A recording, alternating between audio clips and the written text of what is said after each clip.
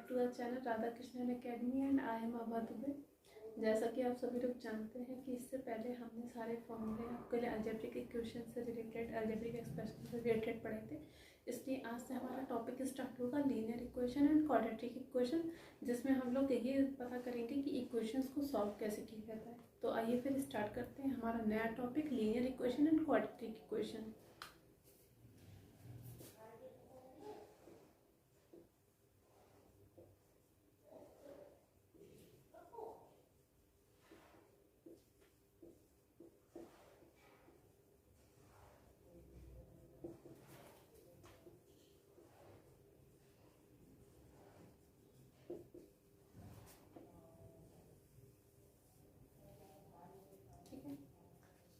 देखो, linear equation का मतलब होता है कोई ऐसी इक्वेशन जिसमें जो हमारे वेरिएबल्स होते हैं उसकी पावर 1 होनी चाहिए। जैसे कि आपका फॉर्मूला है, मतलब कोई भी इक्वेशन 3x+5, यहाँ पे जो x की पावर है वो कुछ नहीं है तो कुछ काउंट करते हैं, कुछ नहीं है तो वो 1 मानी जाएगी। या फिर 5y+3, 7z+9, ये मतलब कुछ भी होगा उसकी पावर 1 है, इसका मतलब हो गया वो आपका लीनियर इक्वेशन होता है। क्वाड्रेटिक का मतलब ये होता है जब पावर हमारी 2 पर हो। अगर पावर 2 है तो वो हमारी क्वाड्रेटिक इक्वेशन होती है। ये तो होता है दोनों के बीच में डिफरेंस, बट यहाँ पे आपको ये बताना है मुझे कि आपकी ये इक्वेशन सॉल्व कैसे की जाती है। हाउ कैन आई सॉल्व या हाउ कैन वी सॉल्व, क्योंकि आप भी तो मेरे साथ नहीं सॉल्व करेंगे, तो how can we solve linear equation and quadratic equation. So let's start. जैसे मान लीजिए लीनियर पहले लेके चलते हैं, ठीक है। 3x+9 इक्वल टू मान लेते हैं 15 का, ठीक है। देखिए, मैंने आपको कुछ चीज़ें बता रखी हैं कि कोई चीज़ अगर प्लस में है तो अपोजिट के इधर जाएगी तो माइनस में जाएगी, माइनस वाली प्लस में आएगी। उसी तरह से डिवाइड और मल्टीप्लिकेशन का क्या है, डिवाइड के अदर साइड में आएगा तो मल्टीप्लिकेशन और मल्टीप्लिकेशन डिवीजन में कन्वर्ट हो जाता है। ये दो मैंने आप लोग को याद करने के लिए बोला था। तो फिर तो उस हिसाब से प्लस माइनस में, माइनस प्लस में, मल्टीप्लिकेशन डिवीजन में, डिवीजन मल्टीप्लिकेशन में कन्वर्ट हो जाता है। यहाँ पर अगर आपको 3x बराबर निकालना पड़ेगा तो ये 15 पहले से लिखा था, ये चीज़ यहाँ प्लस में है तो अदर साइड में जाएगी तो वो माइनस का 9 हो जाएगा। कोई दिक्कत नहीं होनी चाहिए। फिर 15 में से 9 माइनस होगा तो 15 में से 9 माइनस होता है तो 6 आता है। अब यहाँ पे कोई साइन नहीं है, इसका मतलब हो गया मल्टीप्लाई।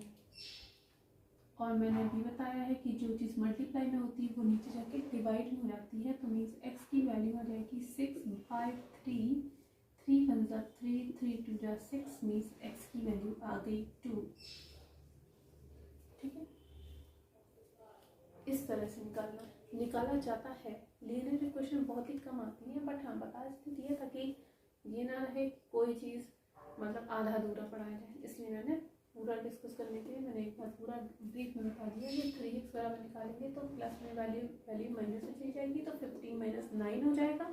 15 में से 9 माइनस हो जाता है 6।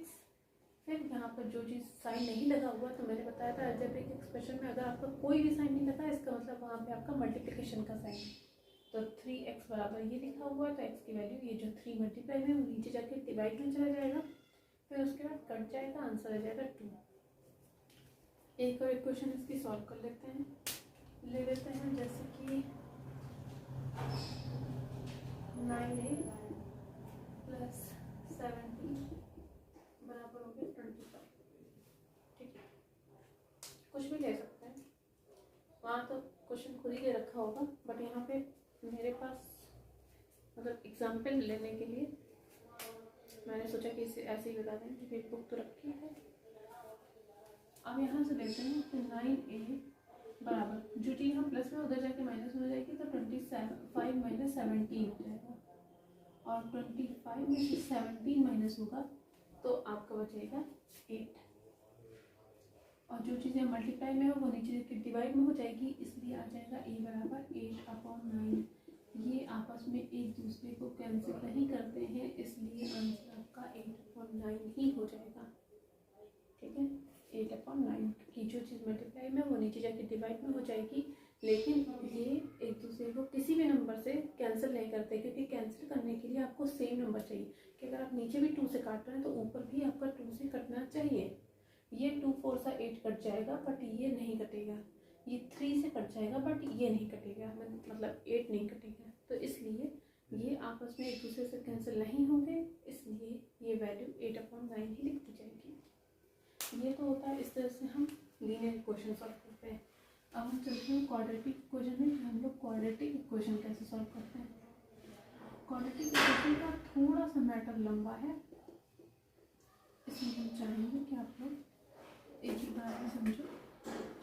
अगर कोई दिक्कत आएगी तो फिर बाद में कमेंट बॉक्स में बता सकते हैं। क्वाड्रेटिक इक्वेशन को सॉल्व करने के 2 अलग अलग तरीके हैं। कोई भी ले लेते हैं, 3x² - 10x + 8। 3x² - 10x + 8 question को देखने से ही लग रहा है कि इसकी पावर 2 लिखी हुई है। इसका मतलब ये इक्वेशन क्वाड्रेटिक इक्वेशन है, क्योंकि according to the quadratic equation उसमें जो x की पावर होगी वो 2 होती है। इसमें क्या करते हैं, कुछ चीज़ें हैं, बस थोड़ा सा याद रखिएगा कि जो x² का जो गुणांक होता है, या x² होता है, या किसी भी वेरिएबल का जो गुणांक होता है उसका मल्टीप्लिकेशन और कांस्टेंट टर्म का जो मल्टीप्लिकेशन होता है वो x के कोफिशिएंट, मतलब x के गुणांक के प्लस या माइनस के फॉर्म में होना चाहिए। नहीं समझे, फिर से समझिए। x² का गुणांक और कांस्टेंट का गुणांक, इन दोनों का गुणांक जो भी होगा, मल्टीप्लिकेशन जो भी होगा, वो बीच वाले टर्म के प्लस या माइनस के फॉर्म में लिखना चाहिए, मतलब या फिर लिखा होना चाहिए। मतलब इस तरह से हम उसको लिखेंगे कि वो प्लस या माइनस के फॉर्म में ही होना चाहिए, बस बीच वाला, लेकिन बाकी नहीं। ठीक है, जैसे कि x² और कांस्टेंट, x² का गुणांक क्या है, 3। ठीक, यहाँ नहीं करते हैं, इधर कर लेते हैं। x² का गुणांक है 3 और कांस्टेंट का गुणांक है 8। तो 3 8 से कितना होगा, 24। मीन्स ये है कि हमें बीच वाला पार्ट प्लस या माइनस के फॉर्म में इस तरह से लिखना है कि 24 होना चाहिए। ठीक है, मतलब मल्टीप्लिकेशन 24 होना चाहिए, लेकिन उसको हमें ऐसे लिखना है कि वो 10 आए, लेकिन उसका जो मल्टीप्लिकेशन हो वो 24 हो। अब देखो 24 को निकालने का तरीका, 24 किसके टेबल में आता है, 12 2 जा, नहीं पहले 6 से स्टार्ट करते, छोटे से तो 4 3 जा, 4 3 जा 12 होता है, 2 6 जा 12 होता है, या 6 2 जा 12 होता है, जो भी लेंगे, 12 2 जा 12 होता है, सॉरी 24 होता है।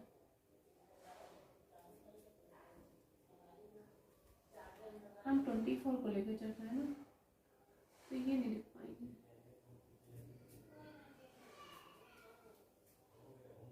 2 जा भी लिखना पड़ेगा, या फिर एक काम करते हैं, इसको भी नहीं लिखते हैं, हम डायरेक्ट इसका एलसीएम ले लेते हैं। सबसे सिंपल तरीका रहेगा कि अगर हम इसका एलसीएम ले लेंगे तो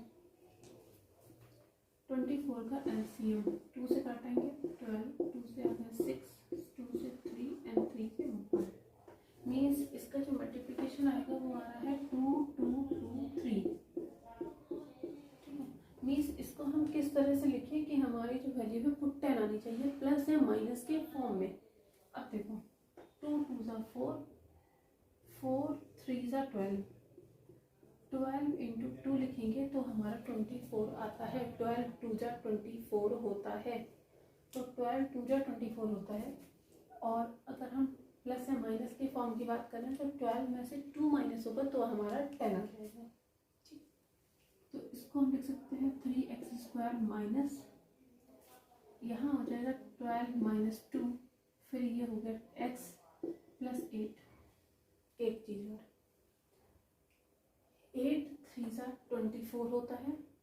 बीच में जो ऐसा नंबर लिया कि दोनों का मल्टीप्लिकेशन तो 24 होना चाहिए, लेकिन प्लस या माइनस के फॉर्म में इस तरह से लिखो कि जो बीच वाली वैल्यू है वो उसके बराबर होनी चाहिए। मीन्स 12 टू जो 24 होता है और 12 में से 2 माइनस करेंगे तो 10 आ जाएगा। मीन्स ये क्वेश्चन सही लिखी हुई है।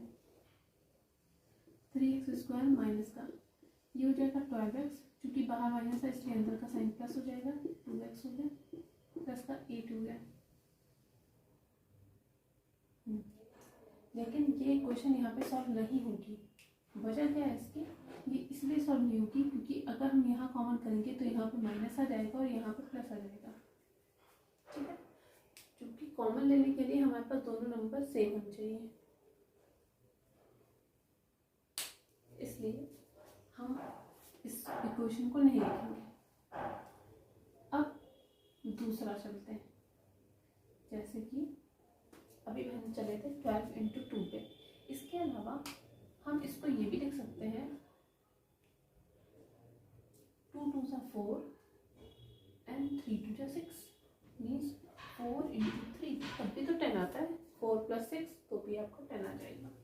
मीन्स ये हो जाएगा 3x² माइनस का 24 था, तो इसको हम 6 प्लस 4 करेंगे तो भी 10 आ जाएगा, प्लस हो गया 8। 3x² माइनस का 6x हो जाएगा, फिर माइनस का अंदर मल्टीप्लाई, माइनस का 4x प्लस हो गया 8।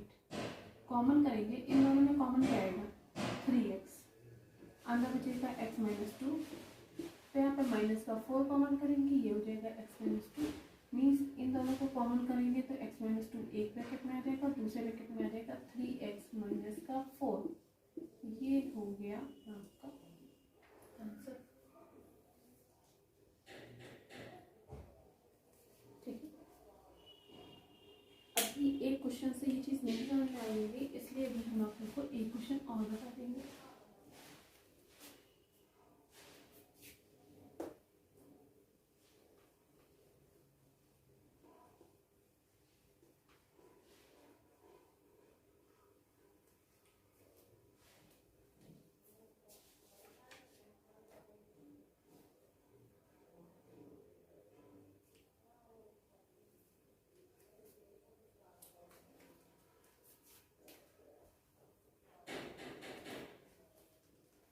एक क्वेश्चन है x² प्लस 2x माइनस 63।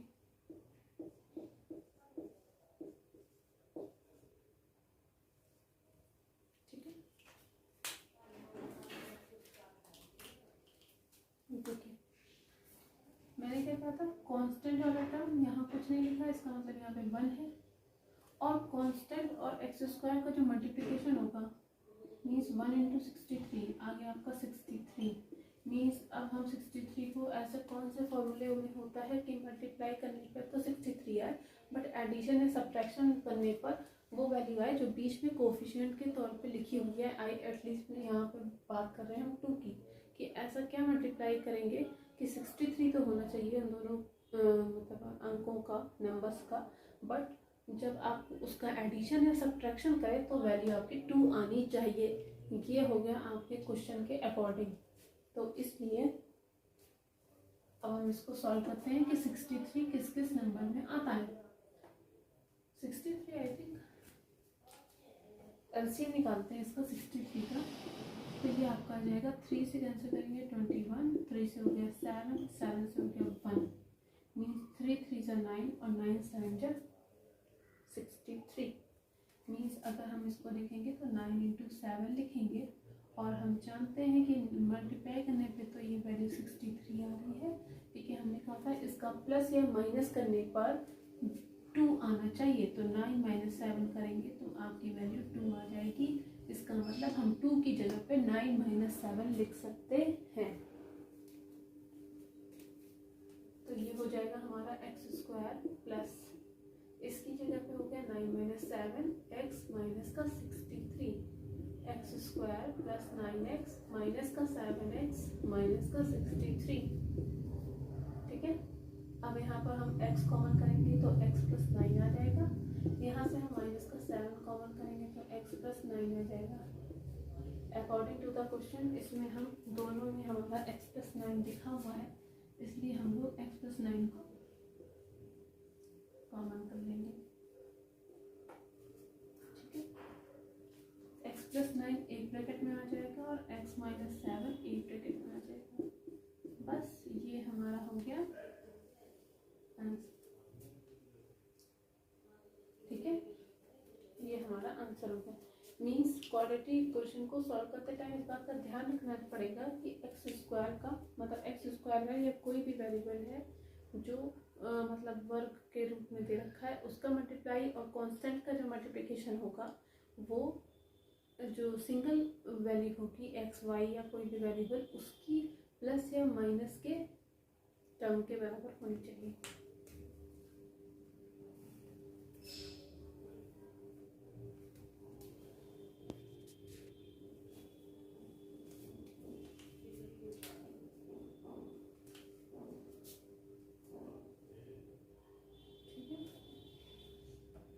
आज के लिए बस इतना ही। अगले एपिसोड में हम अगले मतलब आपके लेक्चर में हम आपको ये बता देंगे कि जो इसको सॉल्व करने के अलावा इसका एक और तरीका होता है जो आपका श्रीधराचार्य का फॉर्मूला होता है, लेकिन उसमें हम x की वैल्यू बताते हैं, मतलब उसका हम फैक्टर करेंगे या फिर आप उसको ये कह सकते हैं कि हम x की वैल्यू किस तरह से निकालेंगे। वो बस क्या करता है कि इतना ही सॉल्व किया जाता है, बट बराबर 0 रख देंगे और उसके बाद हम उसकी वैल्यू निकाल लेंगे एक एक कोफिशिएंट लेके, वो उसमें बताएंगे। एंड साथ में आपको बताएंगे आपका श्रीधराचार्य वाला फॉर्मूला कि उसको सॉल्व करके भी मतलब जिसको इस तरह से ना निकालना आता हो वो डायरेक्ट फॉर्मूले पर क्वेश्चन रखेगा, तो उससे आप लोग उसको सॉल्व कर सकते हैं।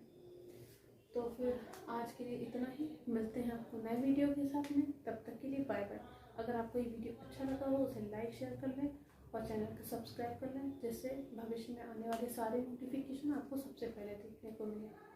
तो अगर आपको ये वीडियो अच्छा लगा हो तो इसलिए आप लोग इसको कमेंट बॉक्स में कमेंट करके बता दीजिएगा कि आपको ये समझ में आया है कि नहीं आया है। बाकी लाइक कर दीजिएगा और शेयर कर दीजिएगा।